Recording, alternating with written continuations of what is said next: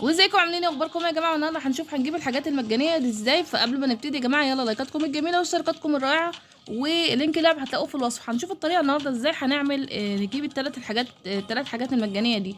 اول حاجه، انت قبل ما تدخل اللعبه حاول تشترك في الجروب، لانك لما هتشترك في الجروب هيبقى عندك فرصه ان انت تعمل سبان زي كده اهو. ده بيديك يا هيديك تيكت يا هيديك مفاتيح. تمام، اوكي اوكي كمان. فدي مثلا دي الطريقه اللي انت بعد ساعه تعمل الحركه دي تاني. دي بتديك من ضمن الطرق اللي تقدر تاخد بيها التيكت. ازاي هنجيب يا جماعه؟ ان احنا لازم اول حاجه لازم بصوا نعمل فين هنا اهو. الثلاث حاجات دي لازم تجمع 280 تذكره او 110 تذكره عشان تجيب الودان، و65 تذكره عشان تجيب النضاره اللي فيها العيون دي. الطرق اللي تجمع بيها التيكت ازاي؟ اول حاجه ان انت تعمل ريبريس، او ان انت تقعد في اللعبه لمده 30 دقيقه، و سبانس اللي هي دي انت ممكن تجيب منها التيكت. تمام. فهي الطريقه الوحيده اللي قدامنا دلوقتي هي اللي هي الريبليس. الاول مره ادتني 20، ممكن تاني مره تديني اكتر. يعني كل مره بتعمل ريبليس بتاخد اكتر. طبعا انت طول ما انت بتبني هتاخد ممكن 30 دقيقه هيديك 20. كل مره بيديك 20 عشان تقدر تجمع. الموضوع ده هياخد وقت طويل جدا يا جماعه، يعني مش هتخلصها في مده قليله.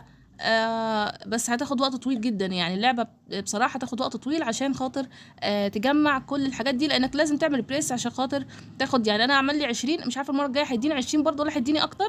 لما اعمل ريبريس لما اوصل للمبلغ اللي هو 88 كي. تمام. يعني مثلا انا جمعت كده، تمام، وجيت صرفتها في المبنى. شايفين مثلا؟ يعني انا دلوقتي جمعت 1000 ورحت جيت صرفتها في المبنى هنا. الريبريس لازم، بصوا ناقص يا جماعه، لازم الريبريس يكون المبلغ يكون معاك. فانت هتقعد تبني وتعمل وكده، اقعد جمع فلوس بقى. يعني انت مثلا اقعد جمع فلوس، بس طريقه احسن ان انت تفضل تبني عشان الفلوس تجمع لك ازيد بسرعه.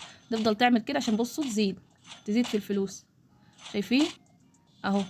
لكن لو انا بنات يا جماعه انا بيتخصم مني، بس في نفس الوقت بيزيد عدد اللي هو، يعني مثلا ده عامل لي 18 في الثانيه، 18 مبلغ فلوس في الثانيه. لما بعمل حاجات اكتر اهي بقت 19.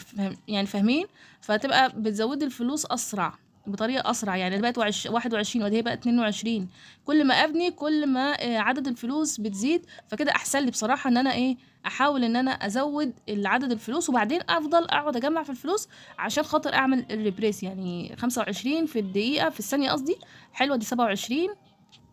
او تبقى في كيف في الماب وتقعد تجمع زي السيميليتور بالظبط يا جماعه، زي السيميليتور بالظبط اللي بتقعد تجمع في الحاجه كده. وان شاء الله تكسبوها الحاجات دي اهي. وادي يا جماعه الحاجات التيكت زي ما انتم شايفين، تقعد 30 دقيقه هتاخد 20.